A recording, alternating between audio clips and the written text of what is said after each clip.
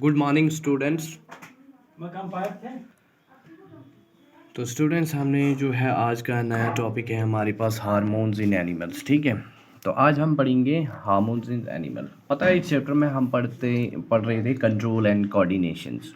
Animals जब जो अपनी मोमेंट्स को, अपनी ग्रोथ को कैसे कंट्रोल करते और उसे कैसे कोऑर्डिनेट करते, तो दूसरा पार्ट है उस कंट्रोल एंड कोऑर्डिनेशन में हार्मोन्स का क्या रोल रहता है। अब हार्मोन्स बेसिकली क्या होते हैं, ये केमिकल मैसेंजर्स होते हैं। क्या होते हैं बच्चों? केमिकल मैसेंजर्स भी कहते हैं। जैसे आपका फेसबुक मैसेंजर है, व्हाट्सएप मैसेंजर है, उसमें आप अपनी फ्रेंड को, दिल्ली में बैठा है, कहीं पे भी बैठा है, कश्मीर में बैठा है, हिंदुस्तान से बाहर बैठा है, तो आप उस फेसबुक मैसेंजर और व्हाट्सएप मैसेंजर से आप उनसे चैट कर सकते हैं, बात कर सकते, मतलब एक कम्युनिकेट कर सकते हैं, आप अपनी इन्फॉर्मेशन को ट्रांसमिट कर सकते हैं। तो ऐसे ही हमारी बॉडी के एक पार्ट से दूसरी पार्ट तक हमारी मैसेज को कम्युनिकेट करने के लिए हमें क्या करना पड़ता है? हमारे पास जो है केमिकल सिस्टम बना होता है। केमिकल सिस्टम मतलब हार्मोन्स बने होते हैं। ये हार्मोन्स जो है रोल प्ले करते हैं इन्फॉर्मेशन को कम्युनिकेट करने में डिफरेंट सिचुएशंस में। तो हार्मोन की बेसिक डेफिनेशन क्या है? Hormone are the chemical messengers भी हम कहते हैं इनको। इनका काम क्या होता है? इन्फॉर्मेशन को ट्रांसमिट करना एनिमल्स में। अब एक एग्जांपल लेके जाते हैं स्क्वायरल की। तो स्क्वायरल अगर कभी एक स्कैरी सिचुएशन में फंस जाती है, एक डरावनी और एक ऐसी सिचुएशन में जब उसे कोई ख़तरा हो, वो क्या करती हैं?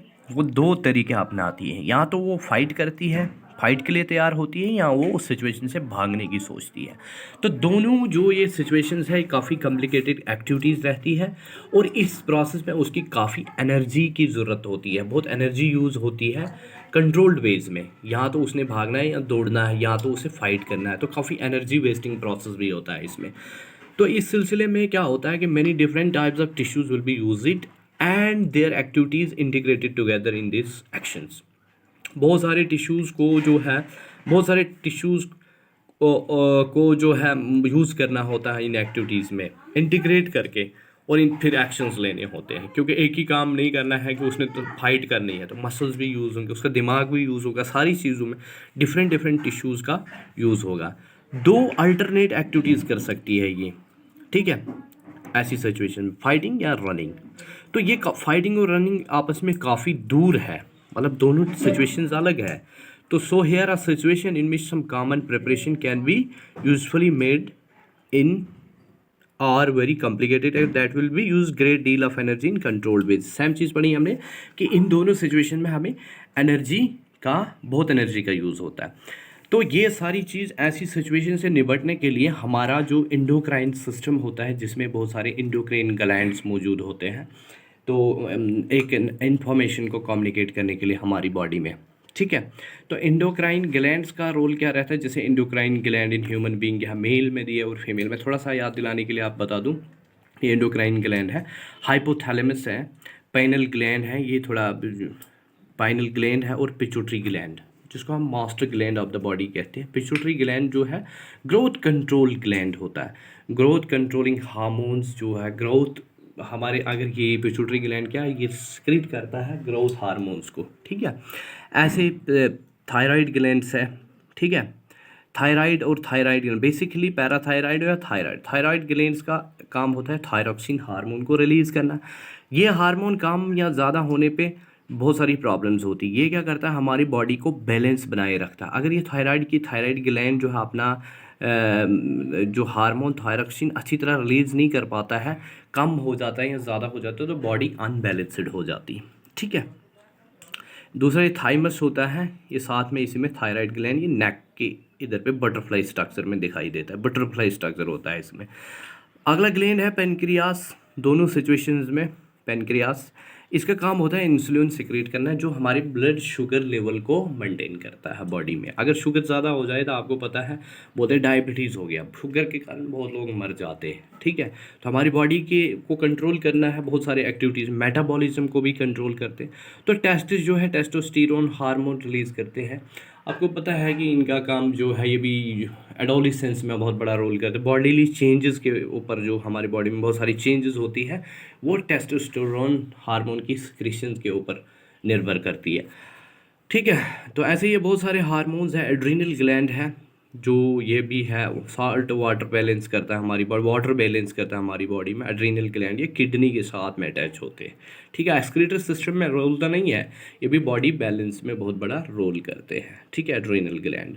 और आखिरी जो है वुमेन्स में ओरीज होती है, और ओरीज क्या करते हैं, एस्ट्रोजन जो हम फीमेल्स में जो है बहुत सारे एडोलेसेंस के दौरान जो बॉडीली चेंजेस होती हैं उनके ऊपर मतलब कंट्रोल करना, जो चेंजेस आती है इस हार्मोन के सिक्रेशन के साथ साथ। आगे हम डिटेल में इन सारी चीज़ों को पढ़ेंगे। तो हम पढ़ रहे थे कि यहाँ पे जो है बात कर रहे थे कि जो स्कायरल है, तो स्कैरी सिचुएशन में उसे क्या करना पड़ता है, फाइट वगैरह करने के लिए उसको जो है दो रास्ते अपनाने पड़ते हैं, ठीक है। काफ़ी एनर्जी जो है उसमें यूज़ होती है। तो इन सारी चीज़ों को जो है मतलब कम्युनिकेट करना है उसने।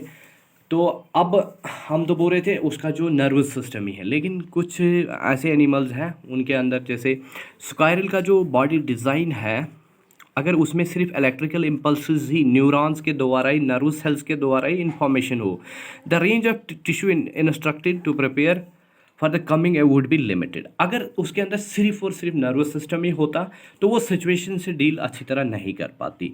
इस सिलसिले में क्या होता है कि केमिकल सिग्नल्स भेज दिए जाते हैं जो हमारे उसकी बॉडी में कुछ हार्मोन्स होते हैं जो हर बॉडी के हर सेल तक पहुंच जाते हैं।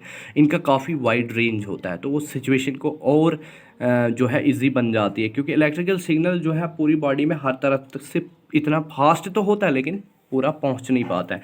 केमिकल सिग्नल क्या है, आपको पता है कि ये पूरी बॉडी में फैल जाता है, बहुत तेज़ी से पहुंच जाता है। इस सिचुएशन में जो एनिमल्स हैं, जैसे ह्यूमन बींग्स हो, जो हार्मोन्स रोल करते हैं, ठीक है, का wide ranging change, this is done in many animals. अगर बहुत ज़्यादा चेंजेस जल्दी करनी है तो एड्रेनलिन हार्मोन, ठीक है, adrenaline hormone is secreted from adrenal gland. तो ये सिचुएशन लोग, adrenal gland is secreted directly into the blood and is carried to the different parts of the body. Adrenal gland जो है एड्रेनलिन हार्मोन को secrete करता है, जल्दी blood में पहुंच जाता है, और जहाँ पे भी हमें टारगेट साइट्स को भेजना होता है तुरंत पहुंच जाए, क्योंकि ब्लड जो है एकदम सर्कुलेट करता है, हार्ट में चला जाता है, ठीक है।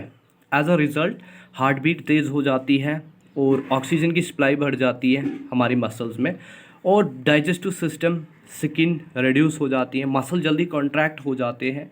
तो इस सिचुएशन में क्या होता है, जल्दी हम एक्शन ले सकते हैं, तो क्योंकि हार्मोन्स भी जल्दी सेक्रेट होने लग जाते हैं और जो जल्दी रिलीज़ कर जाते हैं, तो हमारा जो एक्टिविटी है वो फास्ट हो जाती है।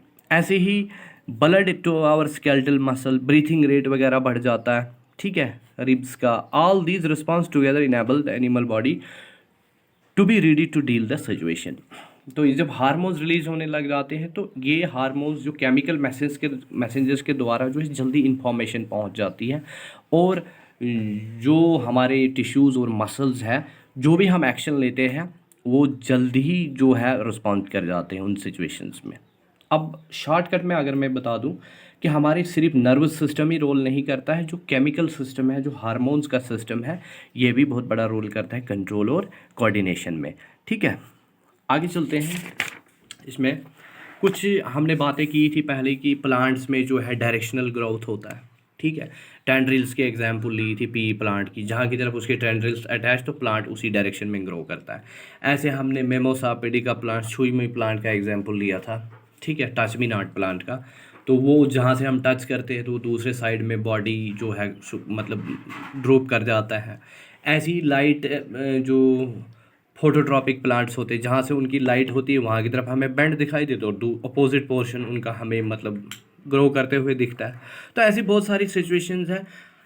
एनिमल्स में ऐसा नहीं होता है कि उनको जो ग्रोथ करनी होती है कंट्रोल्ड वे में करनी होती है। उनकी डायरेक्शनल ग्रोथ मतलब डायरेक्शनल ग्रोथ जो है प्लांट्स में होती है, बट उनमें नहीं होती है, उनके एक कंट्रोल्ड वे में ग्रोथ होती है। अगर ऐसा होता तो हमारे पूरे बॉडी में फेस में भी उंगलियां होती, तो ऐसा नहीं है। The design of body is carefully maintain during the growth of childrens में।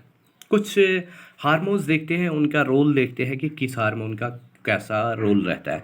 जैसे हम बात करेंगे कि हमारी बॉडी में जो है आयोडाइज्ड साल्ट लेना चाहिए, क्योंकि अगर आयोडीन की कमी हो जाती है हमारी बॉडी में, क्योंकि हमें पता है आयोडीन बहुत ही ज़रूरी है थायराइड ग्लैंड को एक्टिव करने के लिए, क्योंकि थायराइड ग्लैंड जो है थायरॉक्सिन हार्मोन बनाता है तभी जब उसे आयोडीन की प्रॉपर सप्लाई हमारी बॉडी में मिल जाती है। अब थायरॉक्सिन का काम क्या है? कार्बोहाइड्रेट जो हम खाना वगैरह खाते हैं, प्रोटीन हो, फैट्स है, तो हमारे जो खाते हैं हम जिन चीज़ों को, उसकी डाइजेशन को काफ़ी तेज़ बना लेता है और हमारे बॉडी के ग्रोथ को बैलेंस करता है। आयोडीन इसीलिए बहुत ज़रूरी है क्योंकि ये हमारी बॉडी में थायरॉक्सिन हार्मोन को सिंथेसाइज करता है। अगर होता तो थायराइड ग्लैंड के कारण thyroxine hormone release secreted bye thyroid gland secrets thyroxine hormone, but इसके लिए आयोडीन का प्रॉपर आयोडीन की सप्लाई का होना ज़रूरी है। अगर हमारे खाने में हमें आयोडीन की कमी पड़ जाती है, ठीक है, आयोडाइज्ड साल्ट जो टाटा साल्ट वगैरह खाते हैं उसकी कमी हो जाती तो हमारी अंदर एक बीमारी हो जाती है, डिफिशियंसी हो जाती है जिसको हम गुटायर बोलते हैं। ठीक है, इसकी कुछ सिम्टम्स हैं। हमारा जो नेक है सिकुड़ जाता है, ठीक है, नेक हमारी स्वेलन हो जाती है, ठीक है, तो ये इसके कुछ सिम्टम्स हैं। और कुछ लोग ऐसे देखे जाते हैं कि छोटे रह जाते हैं, ग्राउथ नहीं हो पाती है, ठीक है। कभी कभी हमने ऐसा देखा है कि कुछ लोग डवाफ हो जाते, शॉर्ट हाइट होती है, कुछ बड़े ज़्यादा हो जाते। ये क्यों होता है? क्योंकि उनके अंदर ग्रोथ हार्मोन काफ़ी रोल करता है, जो पिट्यूटरी ग्लैंड सेक्रेट करता है ग्रोथ हार्मोन्स को। ठीक है, ग्रोथ हार्मोन क्या करता है? ग्रोथ एंड डेवलपमेंट होती है हमारी बॉडी में। अगर ग्रोथ हार्मोन्स की कमी हो जाती है बचपन में तो बंदा छोटा रह जाता है। ऐसे कुछ बहुत सारे हार्मोन्स हैं। टेस्टोस्टेरोन मेल्स में आपने देखा होगा कि 10 से 12 साल की एज में बहुत सारी चेंजेस बॉडी में आने लग जाते हैं प्यूबर्टी के दौरान। तो जो बॉयज़ होते हैं, मेल्स होते हैं, उनके अंदर टेस्टोस्टेरोन की जो मात्रा है बढ़ जाती है। उसका जो रेंज है, मतलब टेस्ट जो है, अब टेस्टोस्टेरोन आराम से हार्मोन बनाना शुरू करते हैं, तभी जाके उनके बॉडी में बहुत सारी चेंजेस मेल्स में जो है चेंजेस आने लगने। ऐसी फीमेल्स में एस्ट्रोजन हार्मोन के कारण जो है फीमेल्स में बहुत सारी चेंजेस आने लग जाती हैं बॉडी में। ऐसी हमारे पास कुछ और हार्मोन्स हैं, जैसे हमारा जो पेनक्रियास है ये इंसुलिन हार्मोन को सेक्रेट करता है। अगर इंसुलिन की कमी हो जाती है हमारी बॉडी में तो हमें पता है कि इंसुलिन का काम होता है कि हमारे ब्लड शुगर लेवल को मेंटेन करना, और जब ये शुगर लेवल को मेंटेन नहीं कर पाता तो एक डिफिशियंसी, एक डिजीज़ हो जाती है, डायबिटीज़ हो जाती है। शुगर की बीमारी आम अक्सर देखते हो, डायबिटीज़ हो जाती है। डायबिटीज़ क्यों होती है? हमारा जो पेनक्रियास है वो इंसुलिन को प्रॉपरली सिक्रेट नहीं कर पाता है, उसके कारण लोगों में डायबिटीज़ हो जाती है और उन लोगों को डायबिटीज़ के इंजेक्शन लेने पड़ते हैं, इंसुलिन के इंजेक्शन लेने पड़ते हैं।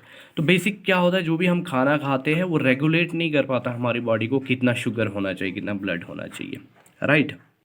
तो इन सारी चीज़ों के लिए आपको पता लगा होगा कि हमारी बॉडी में जो ये हार्मोन्स है, ठीक है, कितना मतलब बड़ा रोल प्ले करते हैं हम ग्रोथ एंड डेवलपमेंट में, और हमारी बॉडी के रिस्पॉन्स में कितना बड़ा रोल करती है जब हमारी बॉडी ग्रोथ करती है। ठीक है, तो राइट, ये था हार्मोन्स और उनका रोल, कुछ एंडोक्राइन ग्लैंड्स का, और उनके कौन से हार्मोन सेक्रेट होते हैं। तो थैंक यू बच्चों, आज के लिए हम इतना ही पढ़ाएंगे, लेकिन इसके साथ में कुछ कल के क्वेश्चंस भी रह गए, वो आई थिंक मैं ये सारे क्वेश्चंस भी दे सकता हूँ आज। तो 4 क्वेश्चंस लगभग आपको दे दिए जाएंगे। Thank you.